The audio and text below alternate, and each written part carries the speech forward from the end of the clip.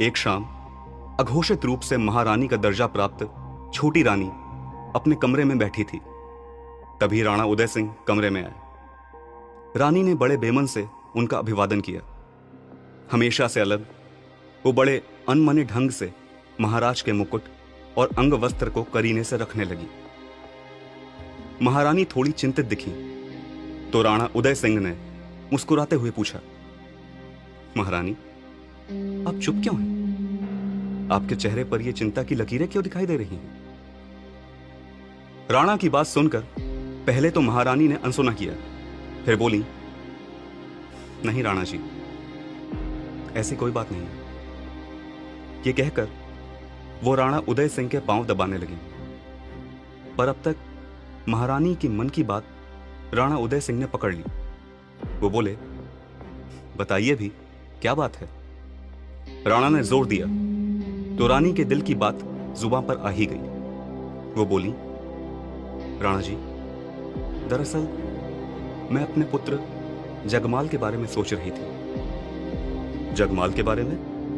राणा ने हैरानी के भाव से कहा और पूछा, क्यों, क्या हुआ जगमाल को? सब ठीक तो है ना रानी? महारानी ने तुरंत गहरी सांस छोड़ते हुए कहा,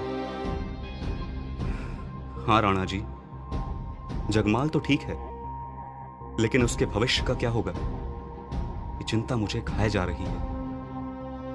राणा उदय सिंह अपनी रानी के मन का भाव भांप चुके थे।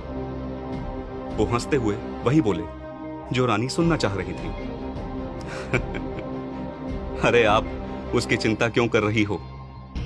वो तो मेरा उत्तराधिकारी है, मेरे बाद तो उसी को सब कुछ संभालना है। इस तरह छोटी रानी के प्रेम में राणा उदय सिंह ने पुत्र जगमाल को अपना उत्तराधिकारी बनाने का मन बना लिया था। वो अपनी छोटी रानी की बातों में आ गए थे। दूसरी तरफ रणछोड़ भट्ट रचित अमर काव्य ग्रंथ के मुताबिक राजा उदय सिंह ने राणा प्रताप के रहने की व्यवस्था चित्तौड़गढ़ के बाहर दूर एक गांव में कर दी थी। मेवाड़ का इतिहास बदलने वाले इस ऐतिहासिक फैसले की पुष्टि करते हुए इतिहास के जानकार प्रोफेसर कृष्ण स्वरूप गुप्ता इस बारे में कहते हैं कि राणा उदय सिंह ने जगमाल को मेवाड़ का राजा बनाने की खातिर ही अपने सबसे काबिल बेटे प्रताप को अपने महल में नहीं रहने दिया। राजा ने किले से दूर तलहटी में अपने पुत्र और उसकी मां यानी अपनी दूसरी रानी को रखा और यहीं कई गुरुओं ने उसे शस्त्र और शास्त्र विद्या का ज्ञान कराया था, जिसने प्रताप की प्रतिभा को और निखारा। इधर प्रताप को वनवास देते ही चित्तौड़ में सिंहासन के उत्तराधिकार को लेकर सुखबुगाहट शुरू हो गई थी। इससे पहले कि राजा उदय सिंह इस बारे में कोई घोषणा करते, मेवाड़ पर एक बड़ा संकट मंडराने लगा। यह संकट अकबर की अगुवाई में मुगलों के आक्रमण का था। दिल्ली का बादशाह मेवाड़ पर सैनिक अभियान के लिए कमर कस चुका था।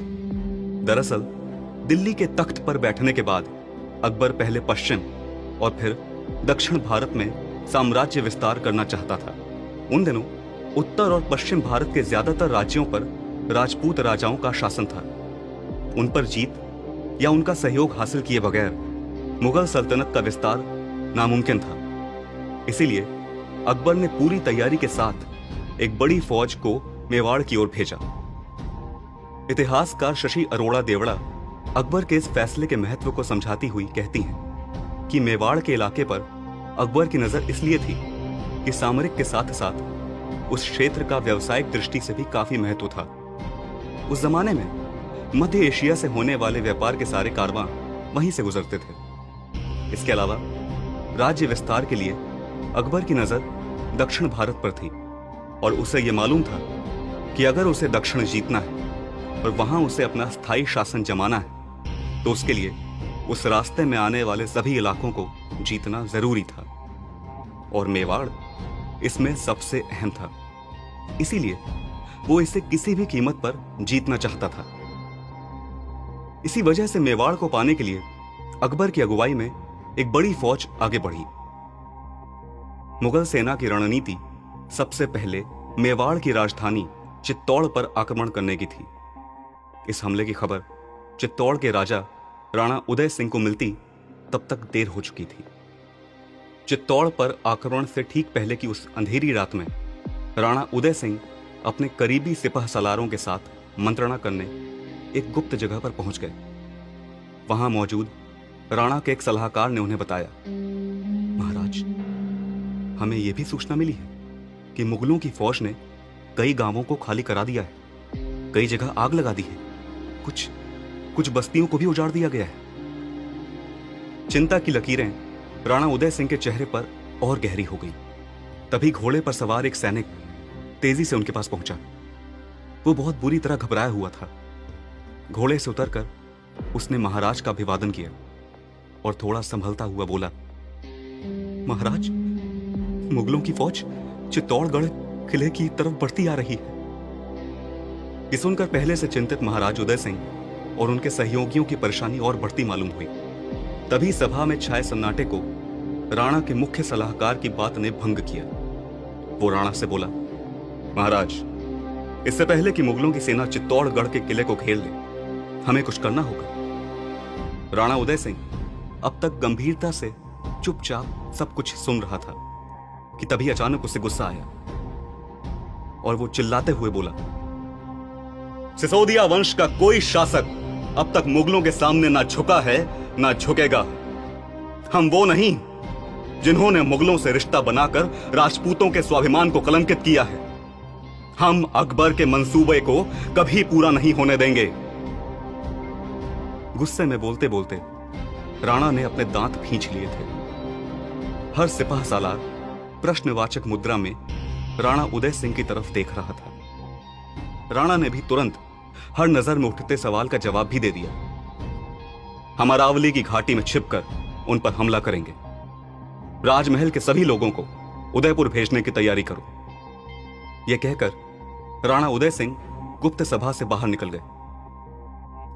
इस घोषणा से साफ था कि राणा उदय सिंह चित्तौड़ को छोड़ उदयपुर जाने का फैसला कर चुके थे।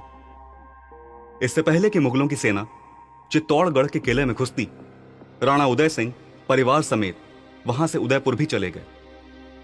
कहा जाता है, राणा उदय सिंह के चित्तौड़गढ़ छोड़कर जाने के फैसले से उनका काबिल बेटा प्रताप खुश नहीं था।